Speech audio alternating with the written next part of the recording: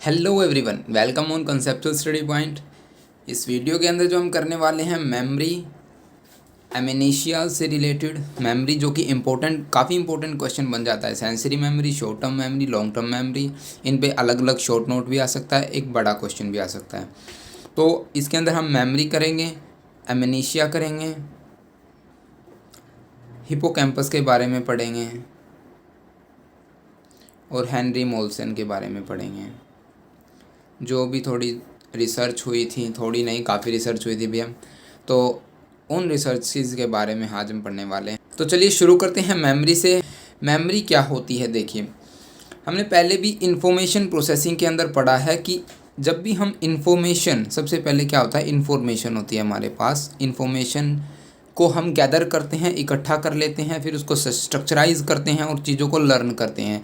जो चीज़ हम लर्न कर जाते हैं वो हमारी मेमोरी बन जाती है, अदरवाइज़ हम उसको पास आउट, हम उसको जो समझते ही नहीं, हम उसको जो छोड़ देते हैं। ठीक है, तो सबसे पहले बात हो जाती है सेंसरी मेमोरी। मेमोरी कैसे बनती है, long term memory, short term memory किस प्रकार बनती है, ये बात आप सोचिए, ज़रा थोड़ा सा सोचिए कि जब भी आप देखिए, कुछ भी देखते हैं, हम कह सकते हैं डायरेक्टली अगर मैं कहूँ तो 5 सेंसेस।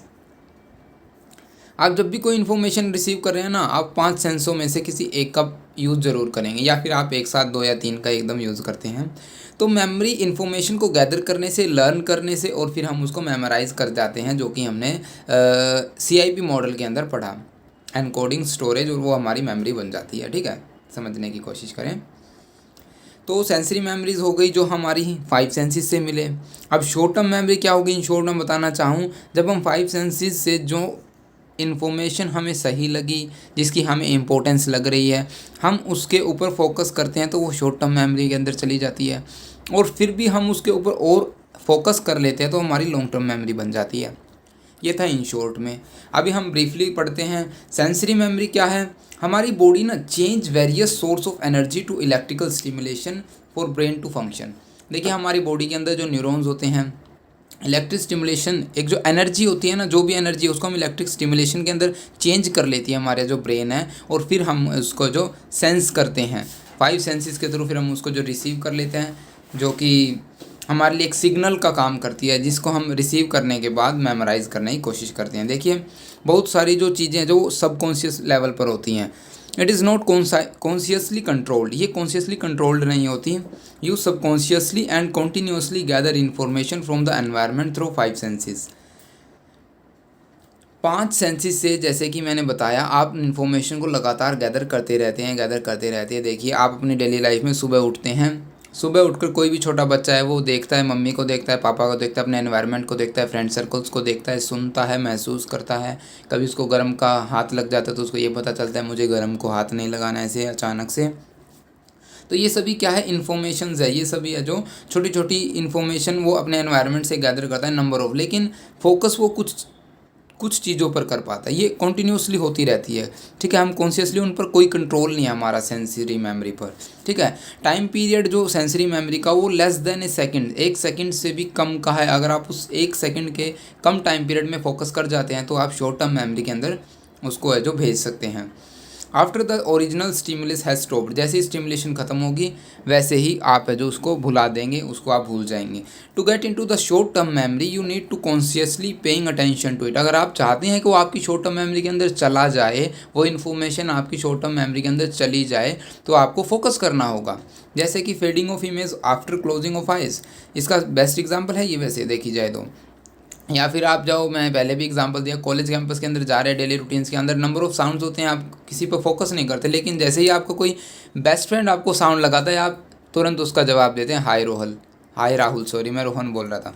ठीक है, तो आप तुरंत उसका जवाब देते हैं। तो क्या होता है वहाँ पर, वो नंबर ऑफ जो छोटी छोटी चीज़ें हैं एनवायरनमेंट के अंदर, जो साउंड्स है, आप उनको इग्नोर कर देते हैं। तो टाइप ऑफ सेंसरी मेमोरी की बात कर लेते हैं। टाइप ऑफ सेंसरी मेमोरी के अंदर है जो, देखिए आइकॉनिक मेमोरी है, इकोइक मेमोरी, हैप्टिक मेमोरी।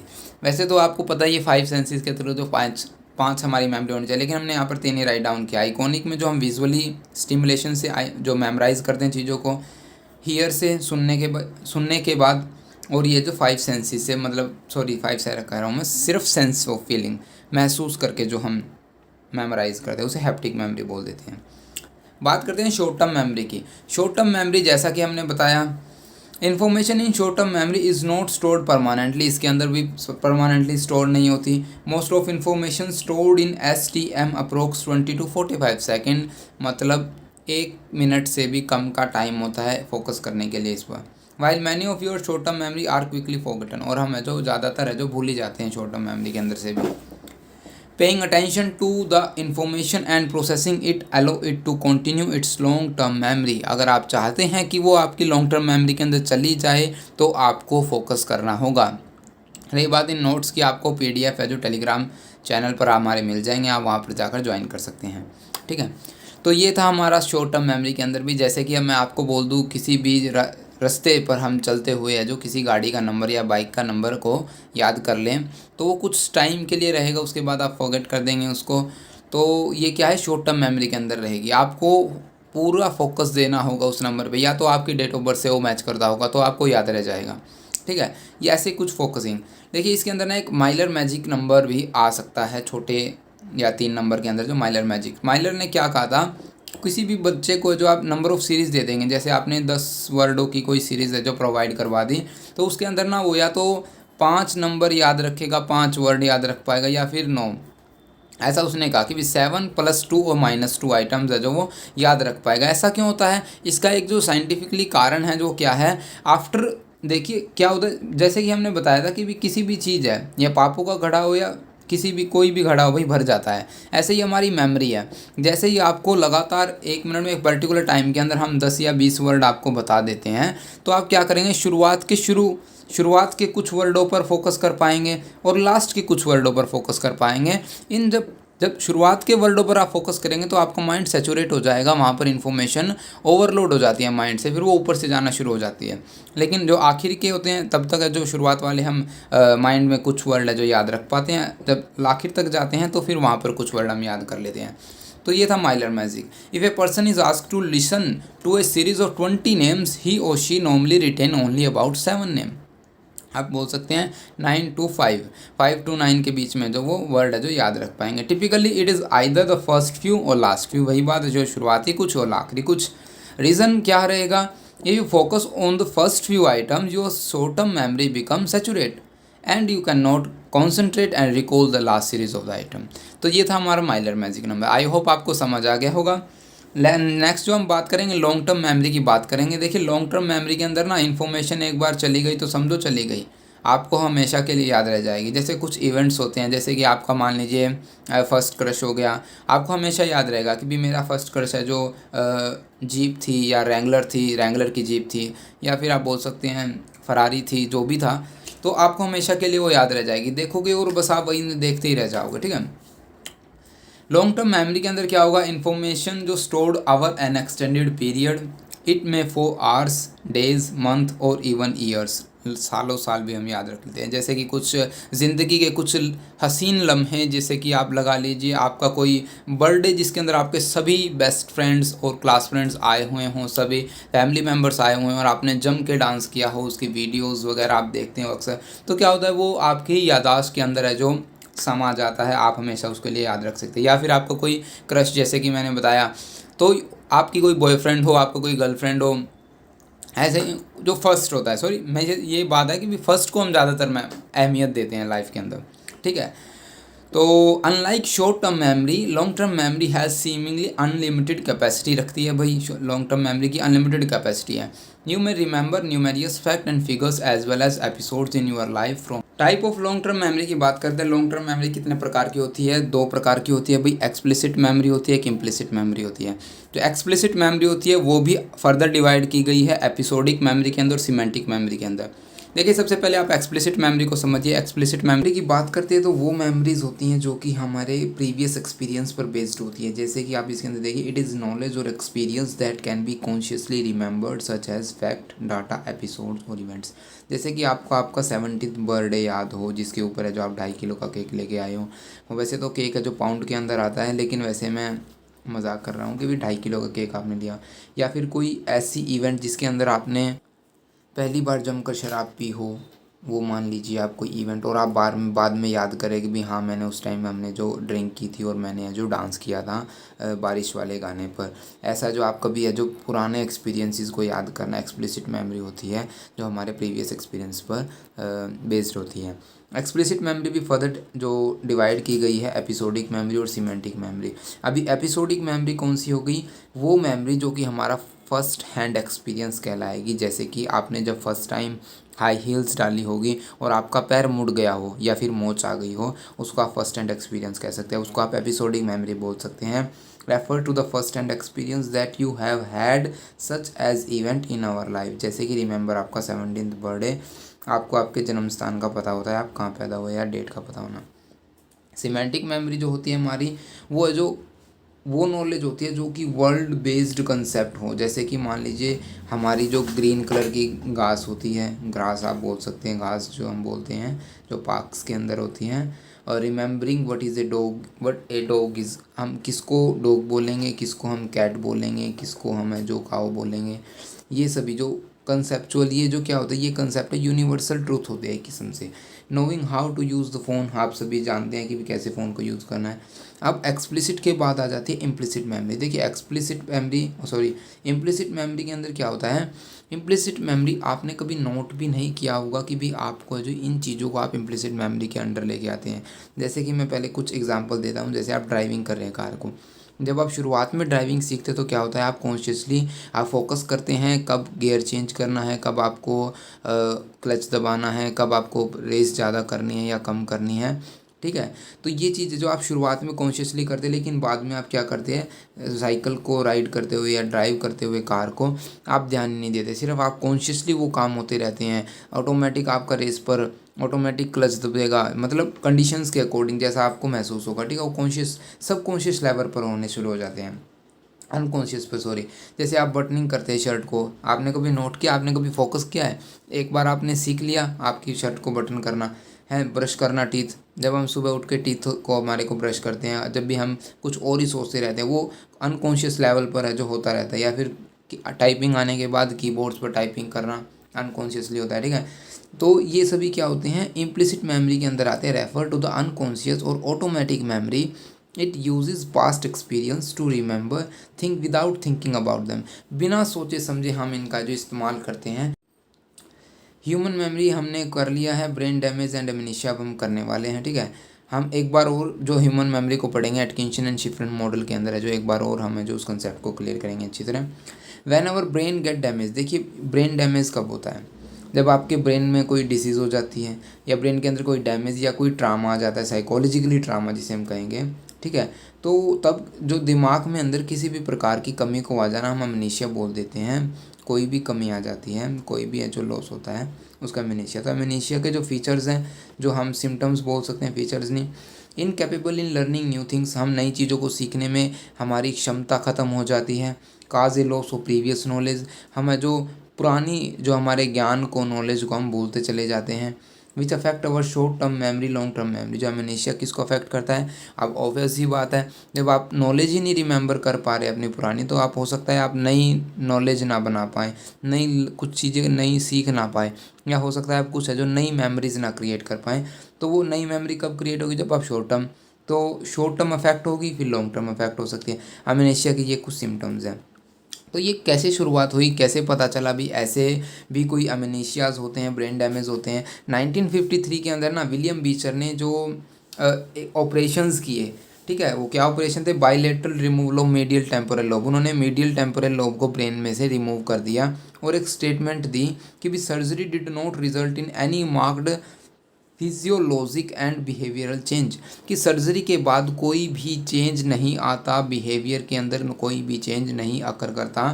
तो ये उन्होंने जो एक स्टेटमेंट दी। लेकिन एक एक्सेप्शन केस आया किसका, हेनरी मोल्सन का।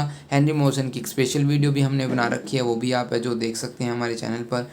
हेनरी मोल्सन जो कि सबसे मोस्ट स्टडीड माइंड था हमारा, जो साइकोलॉजी के फील्ड के अंदर हमारी है जो ह्यूमन ब्रेन है, जो उनका ब्रेन है जो सबसे ज़्यादा स्टडी किया गया था। ठीक है, तो विलियम बीचर्स ने रिपोर्ट किया bilateral removal of medial temporal lobe in one epileptical patient and many schizophrenic patients and wrote in 1954 के अंदर उन्होंने क्या लिखा कि भी सर्जरी से कोई भी बिहेवियर चेंज नहीं आता, ठीक है। लेकिन जो हेनरी मोल्सन की जो डॉक्टर थी वो ब्रेंडा मिलनर थी, जिन्होंने नोटिस किया कि भी कुछ मेमोरी इम्पेयरमेंट है जो पाए जाते हैं किसकी वजह से, proportion to the size of the removal part of the medical temporal lobe.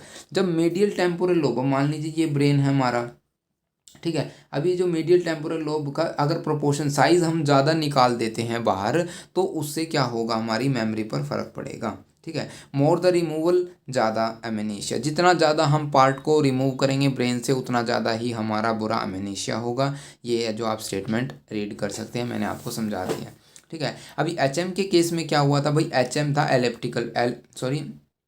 Epileptic patient थे, ठीक है। तो उनका जो मीडियल टेम्पोरल लोब निकाला था वो 1953 के अंदर जो निकाल दिया गया था, उनकी है जो एपिलेप्सी कम हो गई थी उसके बाद, ठीक है, उनके मिर्गी के दौरे कम हो गए थे हेनरी मोल्सन के। लेकिन क्या उन्होंने देखा, आफ्टर 1.5 ईयर के बाद, सर्जरी के 1.5 साल के बाद, उन्होंने जो कुछ वो जो अपनी चीज़ों को याद रखने में सक्षम नहीं थे, वो चीज़ों को भूल जाते थे, जैसे कि वो किससे मिले, अब हम दो जो बात कर रहे हैं, अब उसका क्या कारण रहा, वो क्यों ऐसा करने लगे।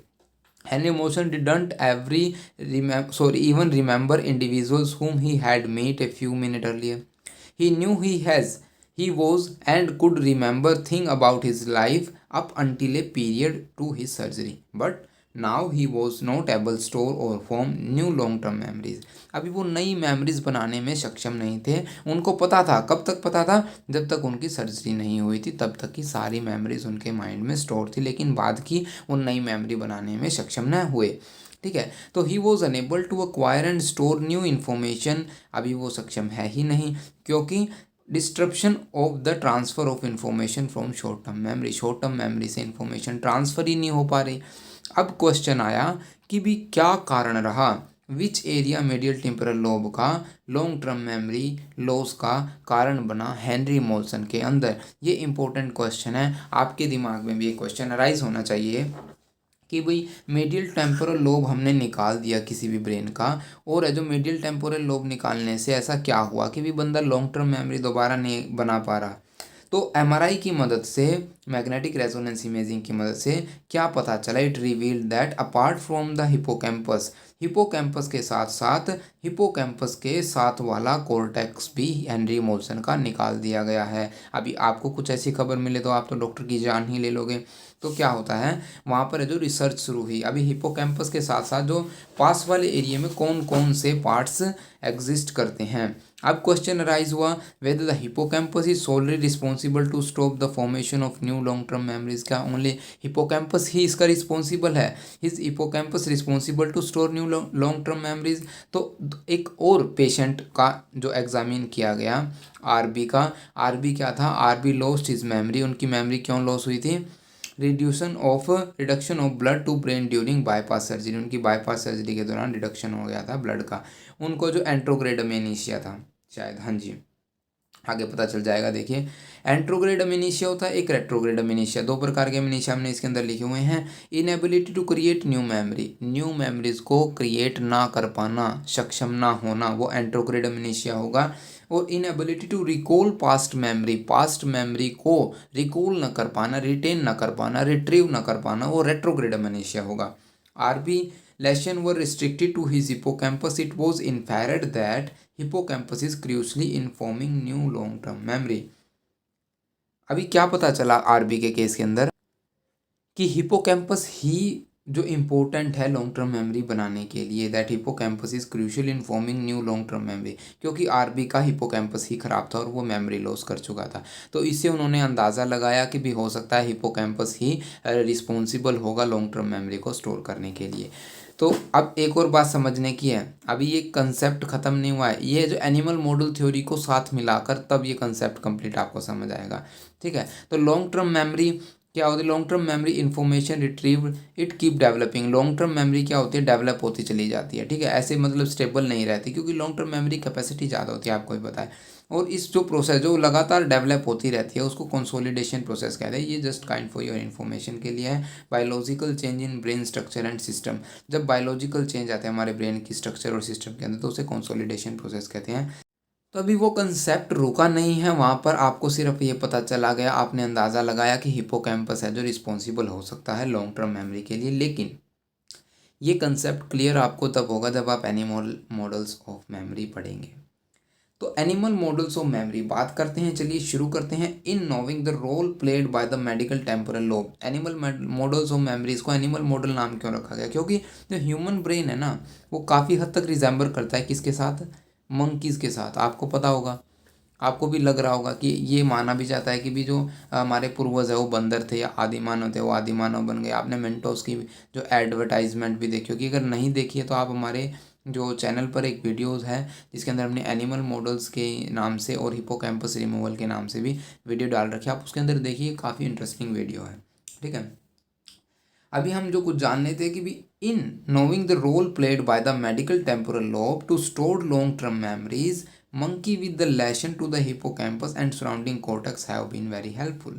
जानने के लिए कि हमारी लॉन्ग टर्म मेमोरी को स्टोर करने के लिए मीडियल टेम्पोरल लोब हिपोकैम्पस कितना इम्पोर्टेंट है, मंकीज़ की स्टडी की गई, मंकीज़ के ब्रेन की स्टडी की गई। A variety of animal species have been study to help understand human memory but owing to similarities among primate brains, monkey may be more applicable to human processes.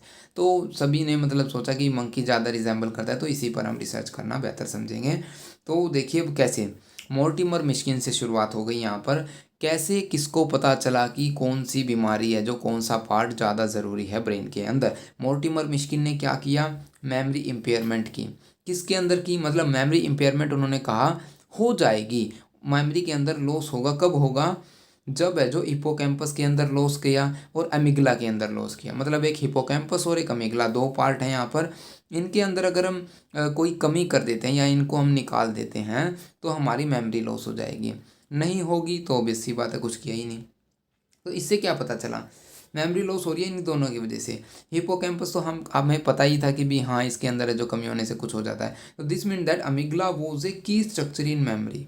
यहाँ से पता चला कि अमिगला भी एक मेमोरी को स्टोर करने के लिए की स्ट्रक्चर है। लेकिन हमें क्या पता था? आरबी के अंदर क्या था? सिर्फ हिपोकैम्पस खराब था, डैमेज अमिगला के अंदर तो था ही नहीं, उसके अंदर कोई कमी। तो हमें यहाँ से क्या पता चला है कि उसका तो अमिगला ठीक था, ये अमिगला ठीक था, फिर भी उसकी मेमोरी लॉस क्यों हो गई? यही जानने के लिए which part is important in human brain memory, start जोला और उनके कलीग ने फिर एक्सपेरिमेंट किया।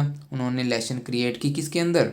अमिगला के अंदर की, एंटोरहिनल कोर्टेक्स के अंदर की, पेरिरहिनल कोर्टेक्स के अंदर की, जिसको ब्रॉडमान्स एरिया 35-36 के नाम से मेडिकल साइंस की लैंग्वेज में कहा जाता है। और सराउंडिंग कोर्टेक्स जो है पैरा हिपोकैम्पल गायरस नियोकोर्टेक्स, उसके अंदर उन्होंने जो लेशन क्रिएट की। अभी देखते हैं रिजल्ट क्या रहे। डैमेज कब कब हुई? इनमें से किस पार्ट के अंदर जो कमी करने पर हमें जो डैमेज मिली? Damage occur in memory, damage हुई मेमोरी के अंदर कब हुई? जब सराउंडिंग कोर्टेक्स ऑफ हिपोकैम्पस, ये हिपोकैम्पस है हमारा, हिपोकैम्पस के सराउंडिंग कोर्टेक्स और अमिगला, अमिगला दोनों। ठीक है, अभी हमारा ऊपर क्या क्वेश्चन क्रिएट हुआ था कि जब उसका अमिगला ठीक था तो उसकी मेमोरी लॉस क्यों हुई? तो अमिगला का तो कोई रोल है ही नहीं इसका मतलब तो। लेकिन यहाँ भी अमिगला आ गया भाई, तो यहाँ पर नो डैमेज इन मेमोरी, तो वहाँ पर कुछ हुआ ही नहीं। बाकियों के अंदर करने से कुछ भी नहीं हुआ। अब दो से पता चला, हिपोकैम्पस और उसका साइड वाला एरिया नियोकोर्टेक्स सराउंडिंग कोर्टेक्स।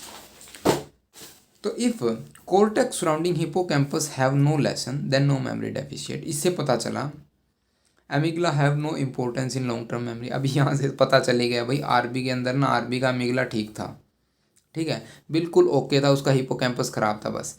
तो बाद में क्या हुआ? मोर्टिमर मिश्किन ने क्या किया? अमिगला में भी डेफिशिएट कर दी। अभी अमिगला, अगर अमिगला ख़राब होता तो उसकी वहाँ पर अमिगला भी ख़राब होना था आरबी का, लेकिन वो हुआ नहीं। तो इससे वहाँ पर क्वेश्चन अराइज हो गया अमिगला पर। अब तो फिर स्टार्ट जोला ने क्या किया? अमिगला को इसने भी बता दिया। तो यहाँ से पता चला अमिगला का कोई रोल नहीं है, हिपोकैम्पस और उसके सराउंडिंग जो नियोकोर्टेक्स है वो इम्पोर्टेंट है। एक और स्टडी हुई फिर फर्दर स्टार्ट जोला और उनके क्लिक ने की। इसके अंदर है जो memory checked by the lesion creating para hippocampal और पेरिरहिनल, इन दो पार्ट्स के अंदर की। तब क्या रिजल्ट निकले और कन्फ्यूज़न क्रिएट हुआ कि आरबी के केस के अंदर सिर्फ hippocampus part responsible for damage. It is explain by the fact, ये अब क्या, अब कंक्लूजन साफ साफ निकल गया। क्या निकला कि जो पैरा हिपोकैम्पल और perirhinal cortex area send input to the hippocampus. आपको आई है बात समझ में? ये कहते हैं कि यहाँ पर देखिए पैरा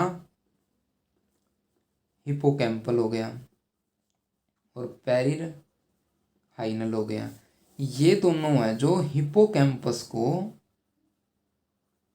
सिग्नल भेजते हैं। क्या भेजते हैं? सिग्नल भेजते हैं भाई। अभी ये दोनों इसको सिग्नल भेज रहे हैं, और अगर यही कनेक्शन खराब हो जाएगा, आपने हिपोकैम्पस निकाल दिया, ठीक है, हिपोकैम्पस को सिग्नल ही नहीं मिल रहे, तो वो लॉन्ग टर्म मेमोरी कहाँ से बनाएगा? तो ये पार्ट भी काफ़ी इंपॉर्टेंट है। तो यहाँ से यही पता चला, पैरा हिपोकैम्पल और perirhinal cortex area send input to the hippocampus, और ये जो vital connections are damage then the hippocampus is unable to function properly. अगर ये कनेक्शन ही खराब हो जाएगा, ये पैरा हिपोकैम्पल और पेरिहीनल के अंदर जब कमी आ जाने पर है जो ये पता चला, ये जो इनपुट भेजते हैं हिपोकैम्पस को, इसलिए हिपोकैम्पस का मेन रोल है, इसलिए हिपोकैम्पस और सराउंडिंग कॉर्टेक्स का मेन रोल है मेमोरी डैमेज या अमेनेशिया के अंदर हम बोल सकते हैं। तो आई होप आपको समझ में आ गया होगा, आपको एनिमल मॉडल मेमोरी है जो क्लियर हो गई होगी। तो ये ह्यूमन मेमोरी थी, ब्रेन डैमेज था, एमेनेशिया था, हेनरी मोल्सन था। वैसे हेनरी मोल्सन के ऊपर एग्ज़ाम के अंदर क्वेश्चन आते नहीं, लेकिन फिर भी एक इंटरेस्टिंग टॉपिक है आपके लिए, ठीक है, आपको जानना जरूरी है आपके ब्रेन के अंदर कुछ पार्ट्स के बारे में, ठीक है। तो thank you for watching this video, have a nice day.